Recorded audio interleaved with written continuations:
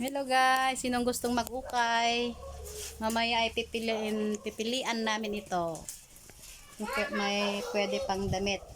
Yung mga hindi na pwede, mamaya ay susunugin. Tapos ang mga yan, yung mga plastic, mga bakal ay ibebenta. Para mabawasan na ang kalat dito sa bahay namin na mga 3 years nang walang nakatira. Mula nung namatay si mama at si papa, hindi kawawa ng bahay namin dito sa barrio. Ayan guys, so ang daming sinako-sako na yung mga damit, mga 8 na damit, tapos mga yan ayusin namin mamaya.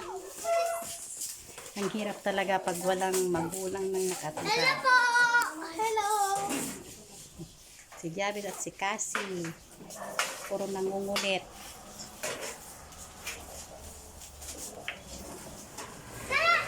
Maraming lilinisan, kahit pa paano nalinisan na itong bahay.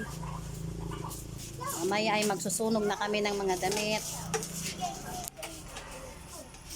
Meron pa pwede, yung mga pwede isuot, pwedeng gamitin pa. Yung mga ito hindi na pwede ay susunogin mamaya.